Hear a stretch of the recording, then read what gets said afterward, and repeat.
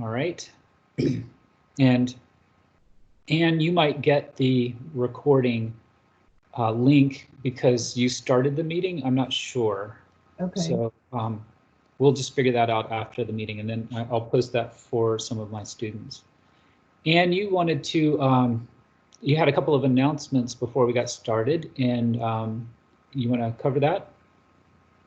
Yes. Now, looking in the New York Times, the only announcement that I have is that on Friday, there's going to be a conversation, and let me get to it so I can read it to you. I'm sorry, I don't. It's from the New York Times. It's under their New York Times events, and I can send you this very long link. I'll post it on the chat. It's called The Greenhouse. They have a series of group calls, webinars, and it's called The Greenhouse, What's Better, What's Worse? It's tomorrow, and this is the summary. Since Earth Day launched 50 years ago, a lot has gotten better for the planet and our environment, but some things have gotten worse. Join us for a conversation led by John Schwartz, a climate reporter, as he speaks with Dennis Hayes, who helped launch Earth Day in 1970. They will also be in discussion with the young climate leaders, Vanessa Nakate and Jamie Margolin, to discuss what has improved and what has not since the first Earth Day half a century ago. I only thought this would be of interest to our students, particularly since they would be able to speak to these young climate leaders or hear what they had to say, and also learn about how Earth Day started. So that's all I wanted to share. And I'll post the link right now. Thank you, Anne. And Vince, you got a teach-in coming up next week, right? Can you remind us of the time and the day and how to? It would be next Thursday, I believe. Yeah, okay. At 11 o'clock. Okay. The idea, what I've been doing for my students is I've been posting videos and PowerPoints or Screencast-O-Matic, and then they watch them, and then we get together and have a conversation. So I won't be doing the presentation. You should watch the presentation. And I posted a couple things to read or peruse real quickly, and then we can just talk about what you watch and what you read. Okay. And invitations to the Zoom meeting can be found how? I sent those out in an email to the entire climate change group, and it's also posted on the Moodle page. Okay, very good. All right. Yeah. So those of us that are instructors, we want to broaden this community as much as possible. So reach out to colleagues and also to students that might be interested in this, maybe classes that are going on right now that are relevant to any of these topics.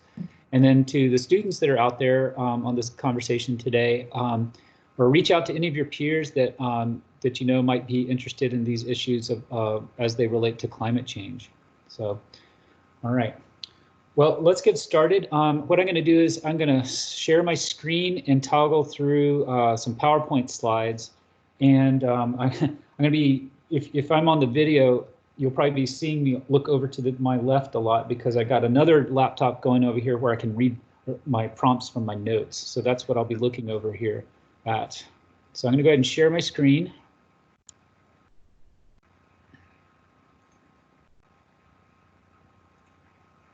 Can you guys see the PowerPoint? Very good. Yes.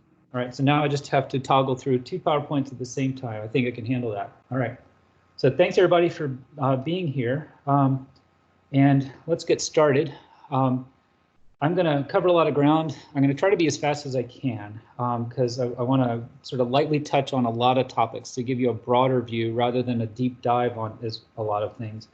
I'm going to mostly assume that folks have only a basic understanding of biodiversity and climate change issues. And with any time we have left for a conversation at the end, we can do some deeper dives.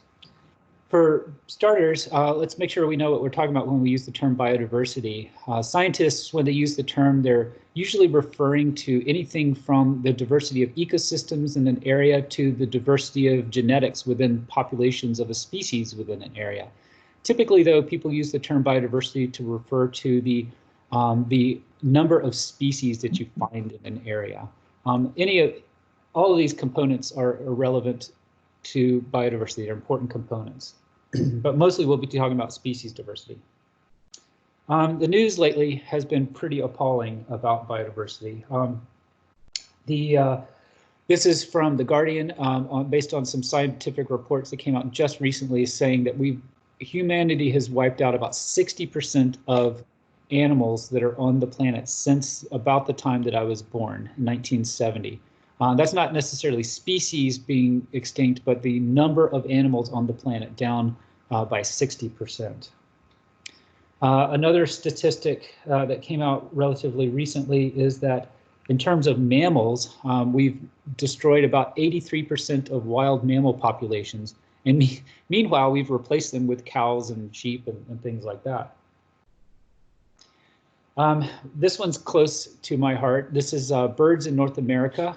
Since 1970, we have lost about a third of all the birds in North America, where we've lost 3 billion birds on the continent in the last 50 years. Now, the causes of all this biodiversity loss are many. The major one is, of course, habitat loss and destruction, mostly loss of habitat to agriculture. And I put this little subnote here is that we are at about 7.7 billion people on the planet right now. By the year 2100, we're projected to have around 11.2 billion. We're going to have to feed a lot more people in the very near future, which means that the pressures for and on agriculture are not going to get any easier over the next decades. A secondary cause of biodiversity loss includes the overharvesting of wild plants and animals, pollution, non-native invasive species, and now we've got climate change. Climate change causes many impacts on our ecosystems and species. They affect some of the very basics that are important for organisms to survive, such as the range of temperatures, the availability of water, the acidity of the oceans, and whether or not land is submerged or not along our coasts. This begs the question, has the climate always changed? And I'll address that a little bit later on. But first, let's look at the most important, or rather the most obvious and immediate impacts of climate change on biodiversity that are already here. One of them that's been in the news very recently is coral bleaching. This is an event where really hot temperatures in tropical environments causes corals to lose their association with the algae that they depend on in a mutualistic symbiotic relationship, and the corals eventually die.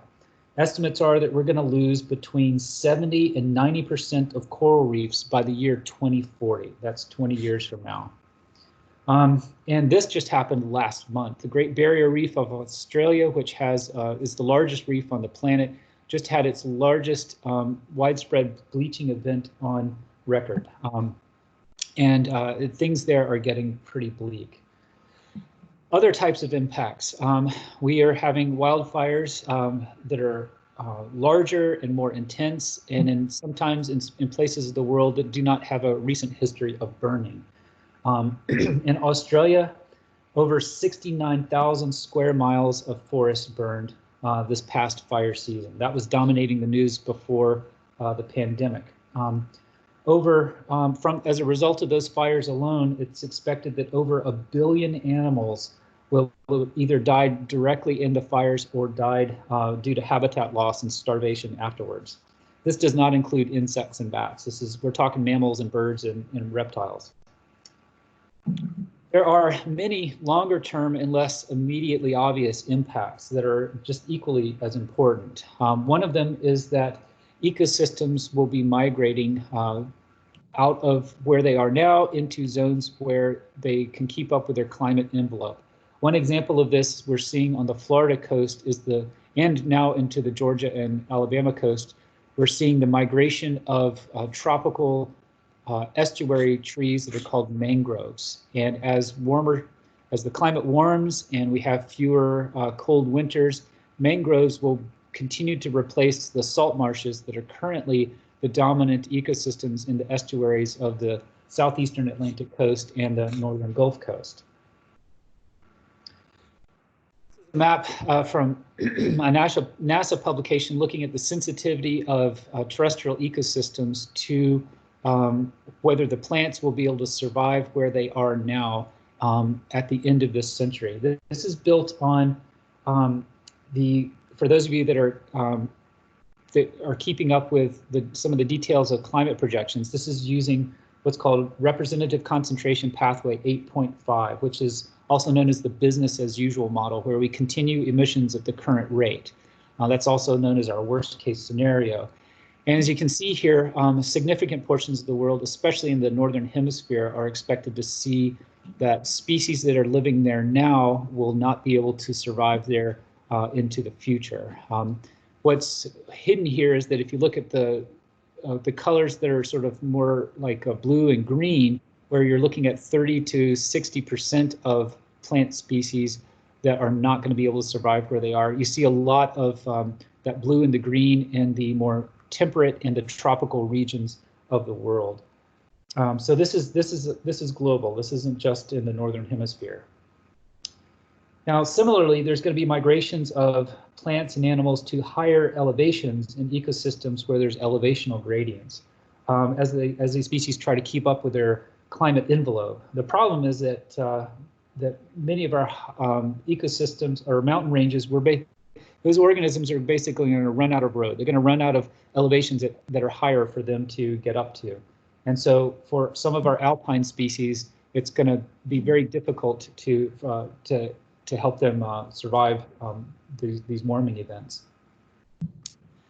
This is way more detail than we want to get into here, but it's just to illustrate that scientists are looking at different model projections for how much we warm the atmosphere and whether or not species will be able to migrate fast enough to keep up with the changing climate. With some of the more extreme rates of global warming, we're seeing that many species will not be able to keep up, which means that we're going to either see them die out or we're going to have to assist them with their migrations to new habitats that are in their climate envelope. Another impact that is more subtle but still be very important will be the continued and accelerated spread of exotic invasive species. This is a little infographic about a species of fish from the Pacific and Indian Ocean called the lionfish that has been introduced to South Florida and the Caribbean and is now creeping its way up the Gulf Coast and the Atlantic coast. It's a voracious predator. Nothing eats it because it's armed with poisonous spines on its fins. Lionfish are tasty, but you don't have enough spear fishermen in the world to keep these populations from spreading. And so this is the kind of thing that we're seeing with everything from lionfish to Burmese pythons to many species of plants. And previous to climate change, exotic invasive species have been responsible as the second greatest cause of extinctions on the planet, right behind habitat loss and degradation. So this is a pretty significant threat to biodiversity. There are going to be more subtle things such as this. We see these are changes in the growing season. Basically, the growing season is lengthening. That will be good for some species and bad for others. That will be, in terms of agriculture, that will be good for some crops and bad for others, depending on what you're growing. Along our coasts, we're seeing the transformation of ecosystems as sea level rises. This is what's known in this illustration as a ghost forest. We're seeing trees that have died off because of infiltration of seawater through the groundwater back behind the shoreline and flooding these low elevation forests. The exposure of salt kills the roots and the plants die. The forest transitions into marsh, and ultimately as sea levels rise even further, this marsh will become open water. We're in these beginning stages of this. There's ghost forests all along the Gulf Coast and the southeastern Atlantic coasts. So back to that question, climate's changed before, so can species adapt? Well, in the past, climates have changed very dramatically, but those changes were much slower, and it gave enough time for species to adapt by migration and also through evolutionary change. And even then, with these slow changes, many species would still sometimes go extinct. Today's climate change is extremely rapid in comparison, and it's expected that many species will not be able to keep up quick enough. Remember that evolution is not a coordinated response to environmental change. New mutations and evolutionary adjustments are random. They are not under the control of organisms. They can't suddenly say, oh, it's getting hotter, let's do this instead. Instead, they just have to rely on random mutations to occur that allow some individuals to survive better than others, and then for them, those individuals to spread. Are we seeing some species adapting to climate change? Yes. There's little bits of good news here and there. This is an example of pink salmon, one of many migratory species, which also extends out to birds that are migrating at different times now to keep up with the changing seasons and the earlier onset of spring and the later onset of fall. So there are some signs that at least some species are adapting. Will it be enough? Time will tell. But so what? All this is about biodiversity. If you care about biodiversity, this is important to you, but for the majority of people on the planet, they don't have a direct connection to biodiversity, either in terms of their livelihoods or psycho-spiritual connections and these sorts of things. So why should people care? This is a, maybe you've seen this or not. This is, I think, one of the more important figures that exists on the planet today. This is from the Stockholm Resiliency Center. It illustrates 9 planetary systems that have been identified as essential to supporting humanity. It's essential that humans maintain these systems at what you can think of as safe operating speeds. Boundaries have been identified as levels of change that we don't want to cross. Those are illustrated by the dotted lines that you see towards the center of the illustration. If we go past these boundaries, we destabilize the environment in ways that can threaten not only our prosperity, but even our survival in some cases. Biodiversity, as indicated by the green star at the top left, is one of these 9 categories. And due to extinctions and loss of ecosystems and declining populations, we are well beyond the safe operating limits that have been identified. Now, more about why this is important is to understand what are called ecosystem services or ecological services. Ecological services are the things that ecosystems do for us for free. We rely on them on a daily basis, on a moment-to-moment basis with every breath. They are divided into 4 different categories: provisioning services, cultural services, supporting and regulating services. Without these services, we cannot survive. And there's about 24 of them that have been identified as being essential for human survival and also for humans to thrive. We have to provide enough space, enough resources for our ecosystems to survive and so that they can provide us with these services. Now, to give you some examples of why we are so closely tied to biodiversity and the ecosystems that they support, let's talk about pollination. Wild pollinators are responsible for the majority of crops that are pollinated on this planet. That's 75% of all crop species that depend on wild pollinating animals, principally insects. These insects depend on natural ecosystems that are adjacent to agricultural areas in order to survive. Given that we're adding several billion people to the planet in the next few decades, we cannot afford to lose the biodiversity that helps us support these crops. So this is one way that we're directly tied to biodiversity via these ecosystem services provided by pollinators. Excuse me.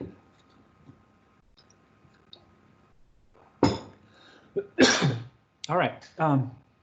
Another consideration is pharmaceuticals. Half of all pharmaceuticals now in use were originally derived from natural sources, and thousands more drugs to fight everything from viruses to cancer await us out in natural ecosystems, especially the tropical forests and reefs of the world. So this is another way that our lives are better and how our survival is dependent on ecosystems providing us with these services. So how bleak does it look for biodiversity? Well, this was a report that came out just very recently that estimated that by the end of this century, because of climate change and other factors, we could be losing 1 million species to extinction. And a recent report was forwarded to me by Will Hustwit that said that revised estimates are that we're going to be losing those species a lot faster than anticipated, even in this report. So things are looking pretty bad. Already, our ecosystems have been hammered hard by the explosion of people and the expansion of agriculture and industry on this planet. 75% of the Earth's land surface is already significantly altered. 66% of the ocean area is experiencing cumulative impacts such as overfishing and acidification, and over 85% of wetlands have been lost. So what are the solutions? Are there solutions? Yes. Here's how we're going to fix this. This has to do with us slowing down climate change. We know how to protect ecosystems, and we know how to nurse many species, I'd say most species, how to nurse their populations back to health. However, what we need is what's known as transformational change. Transformational change is systematic changes in how we provide the resources and services that humanity needs to survive and prosper. Now, the most important thing about systematic change that I want you to take home from this is that policy changes are essential. They're essential to limiting global warming to less than 2 degrees Celsius, and if at all possible, 1.5 degrees Celsius. So what's magic about those numbers? Why is that so important? Well, here's why. This is an illustration to show how Earth's climate has changed over time. Earth has had periods of its history where it's been very cold and other periods where it's very warm. For the last 10,000 years, we've enjoyed a very stable, mild climate. And during this time, we've been able to master agriculture and develop the great civilizations of the world. However, as I said, Earth's climate can change from very cold to very warm over its history. And currently, we're headed for enough global warming that we're likely to trigger what's known as a hothouse Earth climate. Earth has seen this many times in the past, and these are long periods spanning thousands to millions of years with exceptionally high sea levels and temperatures so warm that there's no ice left on the planet anywhere. For example, the last time Earth was as warm as it is now, which was about 112,000 years ago, sea level was 20 to 30 feet higher than it is today. And the last time that carbon dioxide levels were as high as they are today, which was about 3 to 5 million years ago, Earth was 4 to 7 degrees warmer, and sea levels were 72 to 82 feet higher than they are now. It's estimated that if we don't change how quickly we're pumping carbon dioxide and other greenhouse gases into the atmosphere, that we're going to bring Earth to the very edge of entering a hothouse Earth climate by the year 2030. That's just 10 years from now. And that's why I and many other scientists and environmentalists are quite concerned about our current situation. Okay, so what has been the global response to this? That has been what's known as the United Nations Paris Climate Agreement.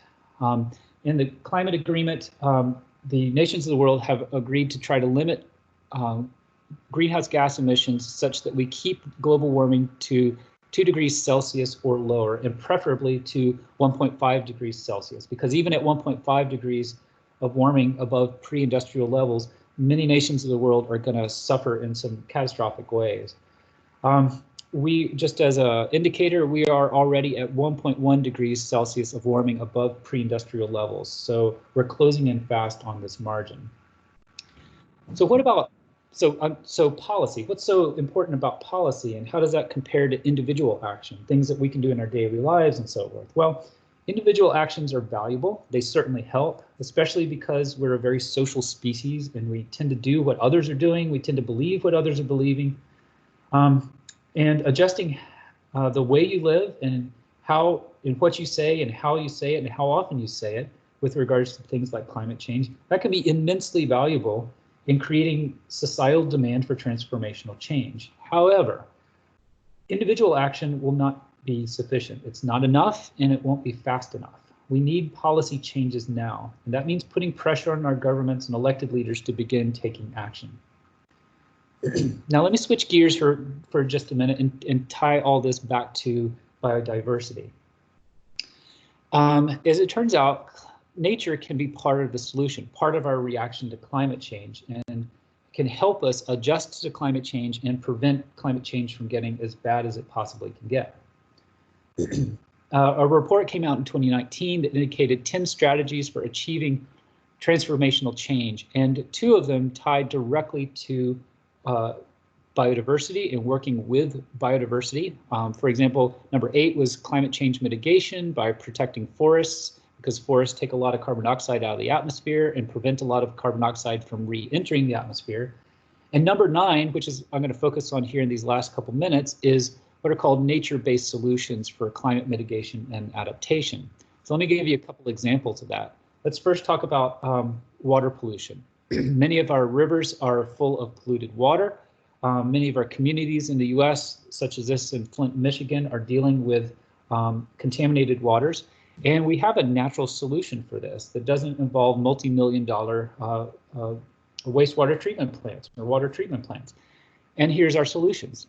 These are freshwater river mussels. Each of these is like a little filter out there, like a little robotic river cleaner that can clean up to 12 gallons of water in the course of a day. This is a before and after picture showing 90 minutes how over 90 minutes how a tank of freshwater mussels have cleaned up this polluted water. Back in the day, river mussels paved our rivers and streams, and now they're gone from many rivers and streams, but they're hanging on in a few rivers. And a lot of freshwater biologists are trying to restore mussel populations. Once we get those populations back and surviving again, they can do a lot to help us clean our water so that we will have cleaner fresh water for drinking and have to spend less money to prepare that water so that it is drinkable. Let's go to a couple of examples on the coast. Let's talk about oyster reefs and marshes and restoring them to adapt to sea level rise. This is a picture from the Alabama coast down by Bayou Battery. This is a project that's being coordinated by the Nature Conservancy and many partners. And this is basically rebuilding marshes and reefs in this area to protect this nearby coastal community and also to provide more habitat for biodiversity. Importantly, this ecosystem is going to help absorb a lot of the shock from storms, hurricanes that come ashore and bring storm surges. And so this is an example of how we can use natural ecosystems to help armor the coast and protect the coast. This is a form of what's known as green infrastructure as opposed to gray infrastructure. Gray infrastructure is concrete and steel and asphalt and things built like that. Green infrastructure is using these nature-based solutions. We're also restoring our oyster reefs in these areas. It's not just salt marshes. Oyster reefs, as you see in the top left picture, can absorb the shock of waves and reduce shoreline erosion. That gives a chance for marshes to grow and to keep up the sea level rise. One of the benefits of all this is that both the oyster reefs as well as the salt marshes are nursery grounds for many commercially important seafood species. So there's an economic benefit there, as well as the benefit, of course, for nature diversity. This is an image that's becoming increasingly common along the Southeast Atlantic coast and the Gulf Coast, where we're repurposing oyster shells and clam shells to help build these hard surfaces out in our shallow water systems so that oysters and other animals can start to grow back again. The structures that are out in the water are reef balls. You see some fresh ones that were put in just the day of that photograph. The ones on the right have already been in the water for, it looks like, about a year or two and are already seeing oysters growing on them. And again, these are good breakwaters for protecting those marshes, so marshes continue to grow ahead of sea level rise.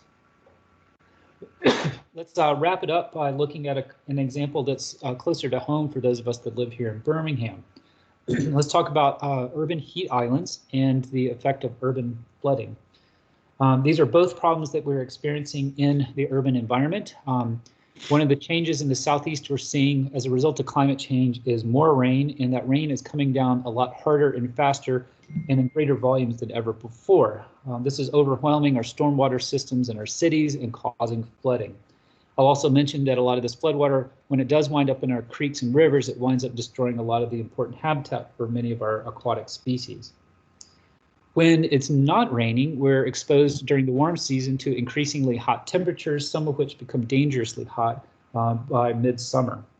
And that's the urban heat island effect. It's much hotter in our cities than it is in the surrounding rural landscapes. Well, we have a lot of solutions for this, solutions that are good for reducing these risks as well as good for biodiversity. One example is putting green roofs like this one on the roofs of Children's Hospital. Another solution is to create bioswales such as this that soak up the rainwater that comes off of these parking lots. This is an example from some apartments here in Birmingham.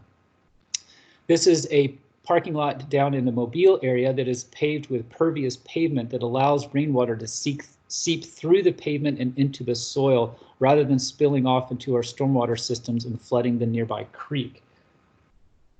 Then we have places like this. This is Railroad Park, something that's many of you are familiar with. What you may not know is that Railroad Park captures all of its rainwater and keeps it on site in these series of stormwater ponds, just cleverly disguised as beautiful ponds, nicely landscaped in the park. That adds a lot of aesthetic benefit or aesthetic quality to the park. There are other solutions, such as on the smaller scale, such as smaller pocket parks, such as these that Roald Hazelhoff at the Southern Environmental Center helps develop in neighborhoods. And there's the overall greening of these urban centers here in the Southeast and elsewhere in the world helps trap that rainwater and keep it from flooding nearby areas, but it also helps with keeping our urban centers cool. Plants act like little air conditionings. They take up water from their roots, and during the process of photosynthesis, they dump that water in the form of water vapor into the atmosphere, and that winds up taking the heat with it. And so as trees and plants do this, they're not only providing shade, which keeps the surfaces of our streets and sidewalks cool, but it also winds up cooling the overall urban environment. So these are win-win-win-win-win-win solutions for both nature and people. These measures reduce the impacts of climate change, protect people's health and safety, reduce economic damage, promote local economies, and provide more beautiful environments and providing much needed habitat for urban wildlife. This is one of the many reasons why even though we're looking at some bleak stats about the future, I actually get pretty excited when I think about where we're going to wind up eventually as we come through this crisis, because we're going to wind up in a better world, in a better place, better for people as well as the species we share the planet with. So that's my spiel, and with that, I'm going to unshare my screen, and with whatever time we have remaining, have a conversation about any of these issues or other issues. Anybody have any questions?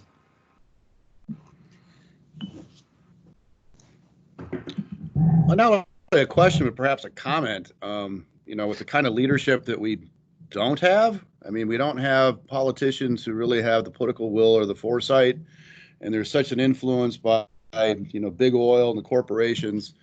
I'm not quite as optimistic, I guess, as you are. Yeah, I do have to work carefully to keep my optimism going. One of the things that that I see as encouraging is how, because of market forces primarily, and some subsidies, renewable energies are becoming very cheap to install. We're now at the point where, looking globally, it is cheaper to establish new wind farms and solar farms than it is to continue running the average coal plant for generating electricity. And that's a good thing. Many economies are transitioning away from coal towards natural gas. Some see that as a bridge fuel. And for a while there, I was like, yay, go natural gas. The burning of natural gas minimizes heating, so greenhouse gas emissions, by 50% relative to the burning of coal.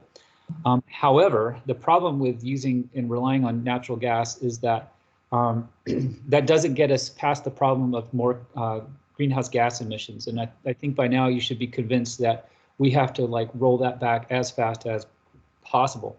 And the other benefit is that with wind and solar, so widely available now and so relatively cheap to install, there's really no good excuse to continue installing new gas plants when we can be transitioning to renewable energies that are much safer over the long term.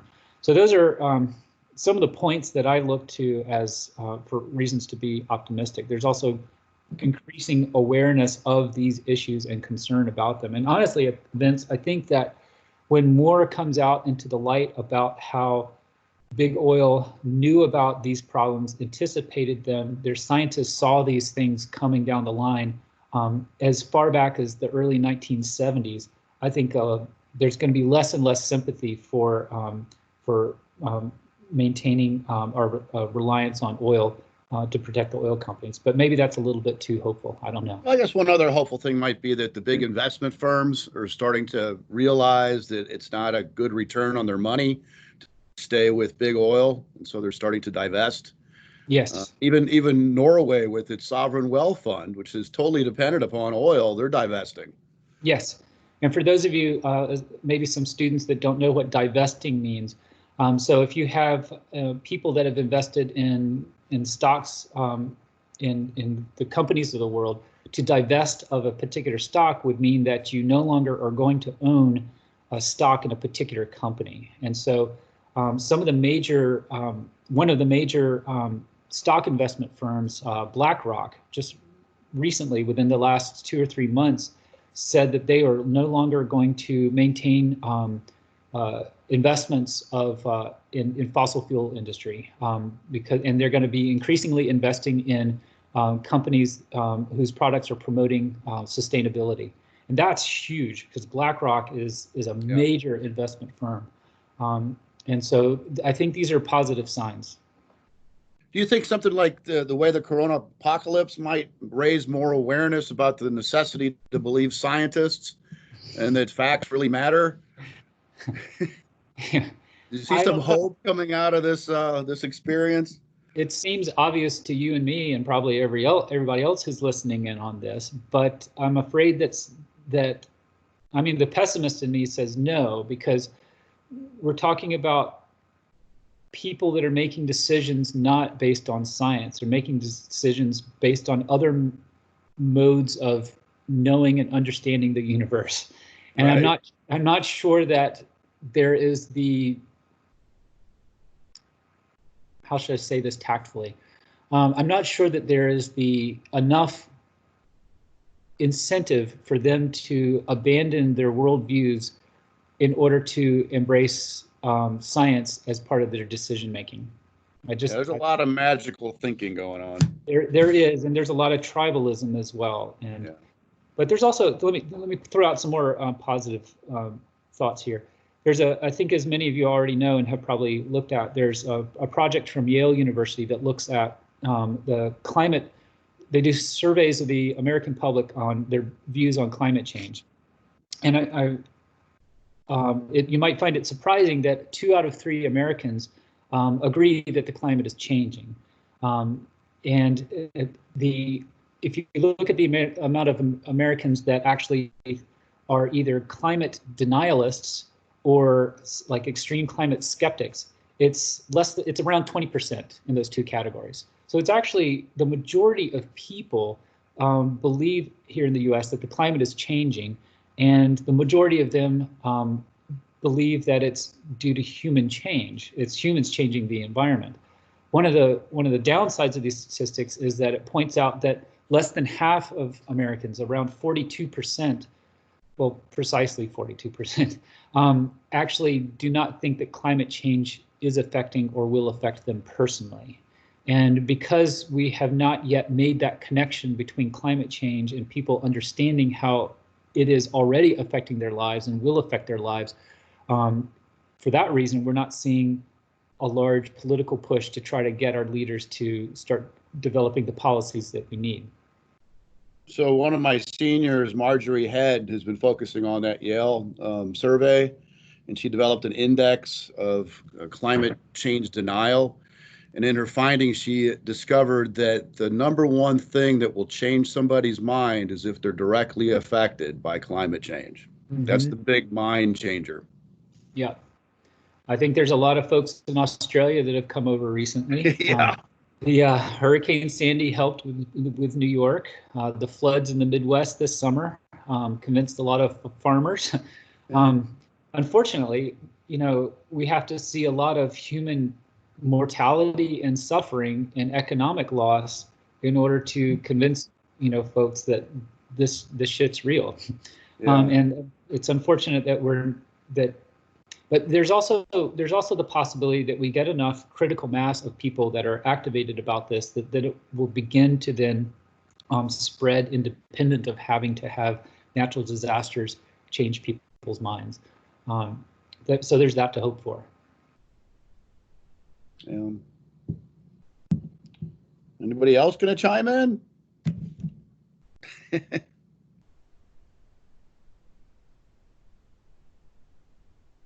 See, this is what's been happening with some of my classes. People just they just leave. You don't know if they're there or not.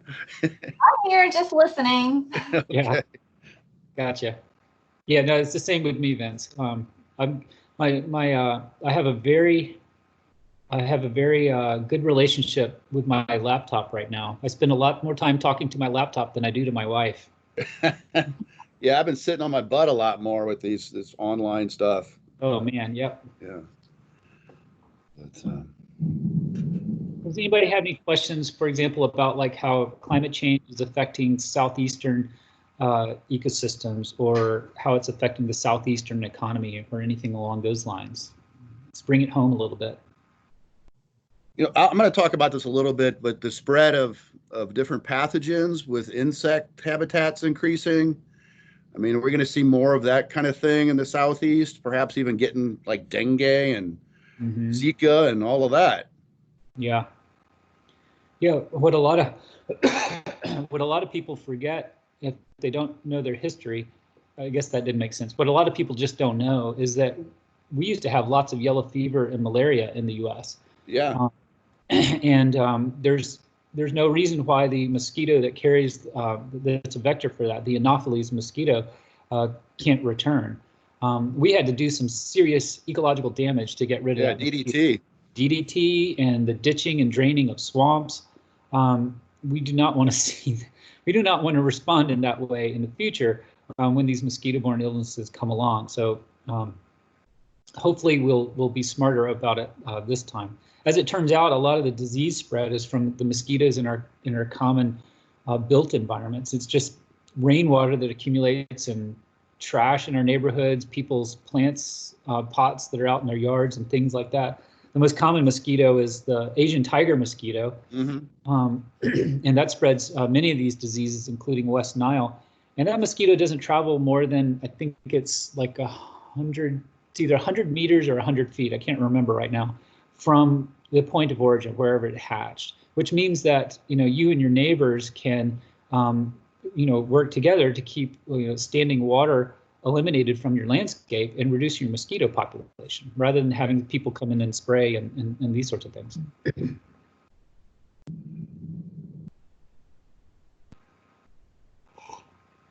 Does anybody know what region of the U.S. is being affected most economically from climate change?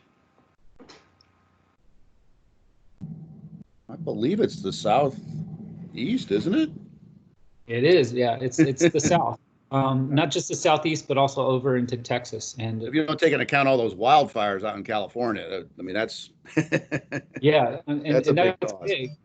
That's big, but still, there's a study that came out in 2015 showed this, and I think by then we were still having lots of fire. I think at that point we were already having lots of fires in California. But yeah, the Southeast is bearing the brunt of the economic damage from climate change, which makes a lot of sense when you consider that we're frontline about hurricanes coming ashore in the U.S. and a lot of that is related to hurricane damage.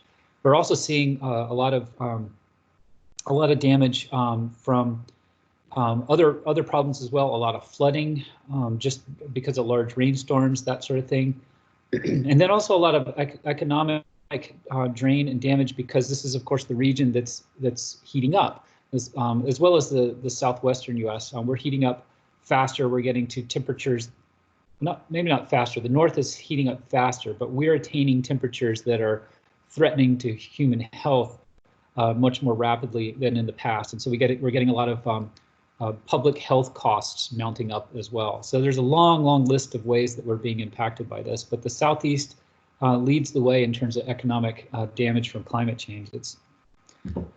And yet it's the region that is like one of the regions that's paying the least attention to climate change right now. Yeah, I've seen some models that indicate that we may have to start preparing for wildfires. You know, we got a lot of forested areas, and if we have long droughts, you know. That's right. So, yeah. The Southeast is prone to droughts. That's a natural occurrence in our climate. In fact, from time to time, we get mega droughts. These are droughts that last for a decade or more. The last time we saw that was in the 1930s. This is also, if you think of the Dust Bowl era, that was one of the mega droughts.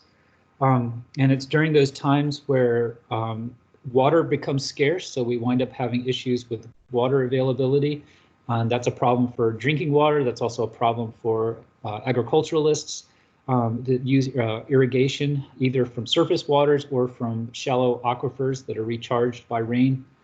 And then, of course, it dries out the landscape and it makes it very conducive to fires. And we've already seen several episodes of drought here in the Southeast where there are numerous wildfires. And of course, one of the most dramatic of which was up in Chattanooga in 2016, I believe it was, when there's a fire and destroyed many homes, and I believe several people died in that blaze as well. Scott, this is Anne. Could you share with us all the Moodle page a little bit about how particularly the students can access the resources, because there's so much you've shared and a lot of it we may all want to go and read more about. Sure, let me get that set up here. Thank you. And then back to here, and I'm going to share my screen with everyone. Okay, this is our Moodle page. Can you guys see it? Mm-hmm. Okay, so this is just launched. It's really fresh, but I'm hoping that instructors and even students can add to this and make it something that's useful, not just sort of a place where a bunch of files have been dumped and nobody ever goes. I'm looking at this as being a way for us to stay connected with one another, and by us I mean those of us that are engaged with and concerned about climate change. If you look at here on the left-hand side, we've got topic areas include upcoming events, and we've got Vince's. We got, well, a couple of things coming up. We got a virtual Earth Day event. It's with Citizens Climate Lobby that's on the 25th, which is Saturday. And Dr. Catherine Hayhoe, who is a premier top-level climate scientist and the best science communicator that I've ever met, is going to be presenting at that event. You can register and tune in for that online. And then on April, you got Vince's talk coming up April 30th or so. I think Anne's going to post some other things that are coming up quickly in the next few days on here as well. We have a link here to the teach-in so we can keep up with that information. I listed a bunch of podcasts that are related to climate change, podcasts that I'm listening to, and I've listed some of my favorites here. Some of them, they range from this one, America Adapts, which is basically about climate change adaptation, and it's interviews with the professionals here in the US that are actually the practitioners of adaptation. And it's everything from landscape architects to public health workers and how they're adapting with climate change. There's Drilled, which is kind of set like a true crime story, investigation of what big oil knew and when they knew it and who knew it back in the 70s and so forth. Anyway, I'm not going to go through all of these, but there's some really good podcasts here that can help you while away the days in isolation. There are plans afoot to start a climate change book group, and Anne's going to be working on that, I believe with Lynn Trench in the very near future.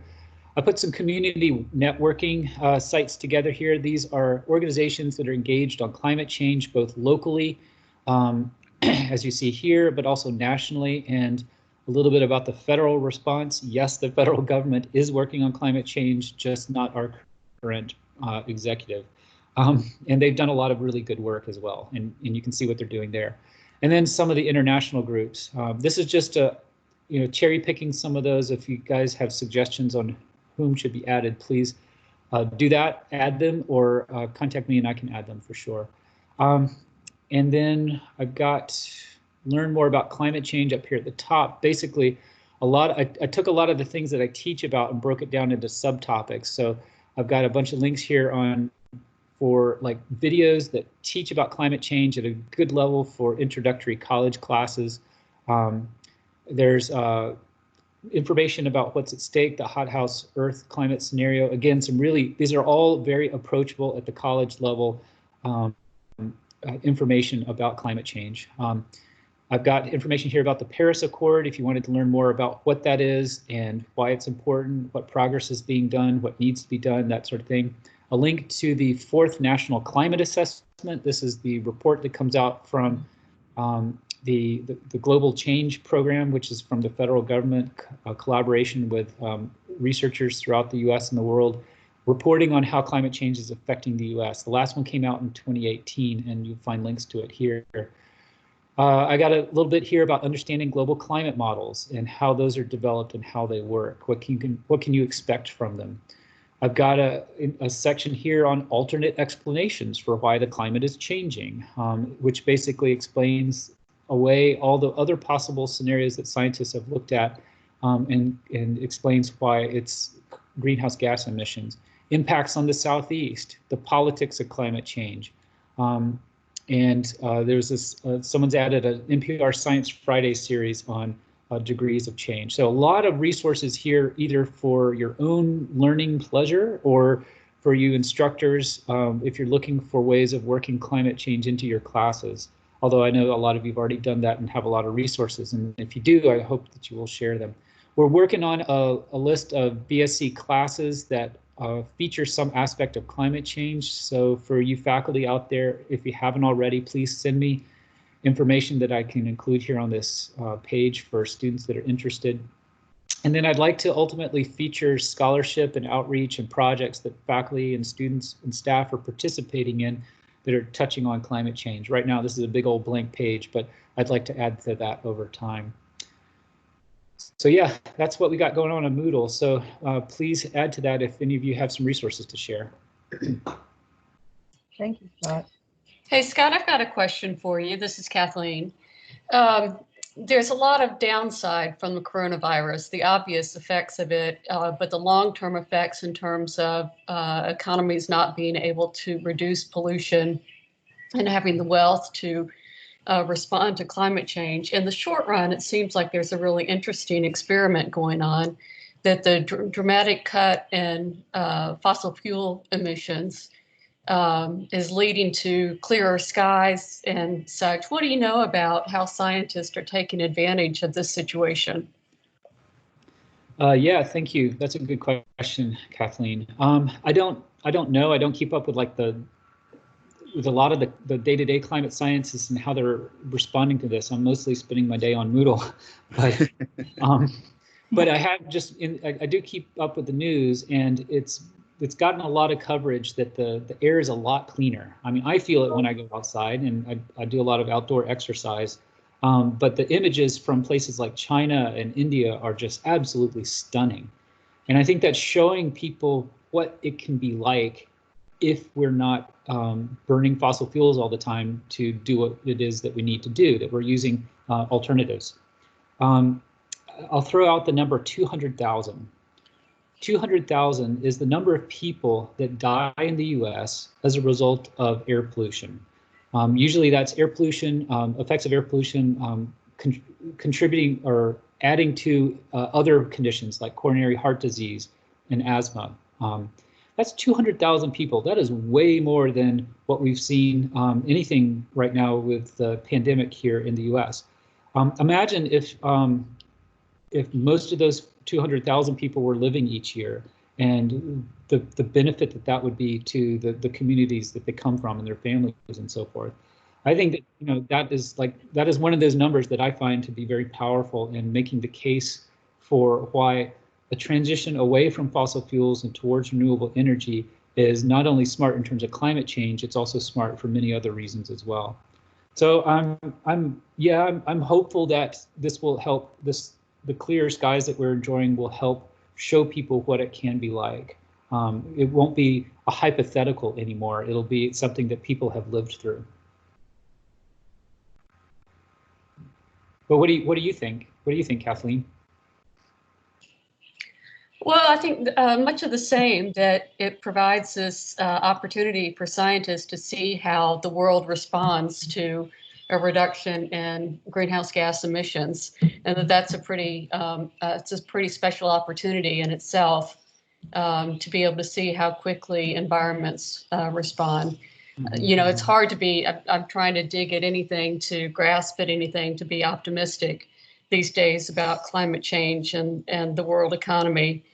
And there's a lot of negative, I think, for our future, obviously from the coronavirus and the loss of productivity and loss of wealth that could have been used to produce a greener economy. Yeah. Yeah, no, there's been at least initially, there was a lot of folks saying, oh, this is going to be great because it reduces our carbon emissions for a while. And I'm like, no, yeah, we get that benefit for a short time, but really this is going to hit our our ability to respond to and address climate change. I don't want to downplay the pandemic as a distraction by any means, but it is a huge distraction away from this other crisis that is can be argued to be even more important. Yeah. Yeah, I think the debt servicing is going to be huge for all countries, certainly the US, that we're going to spend more of our GDP on servicing debt than we have in the past. Yeah. I think kind of on a certain level, our obsession with productivity has kind of been part of our problem. You know, at least the way we produce and what we produce. I don't know, maybe we can revisit that on the other side of this disaster. Yeah, it certainly shows how vulnerable our economy is. I mean, if people stop buying stuff and everything falls apart, how buying stuff we don't always even need. That's right. That's right. That's right. So it does illustrate very pointedly how vulnerable we are. I mean, this is just one of many flavors of a global crisis that we can have, an urgent, like immediate global crisis that we can have. Do we want to continue being this vulnerable into the future? I think not. But how do we get there? That's for people like Kathleen to help lead us as economists. The economists, yes. No pressure or anything. Well, it's not going to be the politicians. Not unless we put the pressure on them. Yeah. Well, any other questions or comments? Does anybody else have anything they want to share? I'm good. All right. Well, thank you everybody for attending. And there will be a recording of this that I will post on Moodle. And if anybody has any students they want to share that recording with, please feel free to do so. And I think I'm going to go ahead and stop the recording now and wish you all well. Thank you, everybody. Thank you.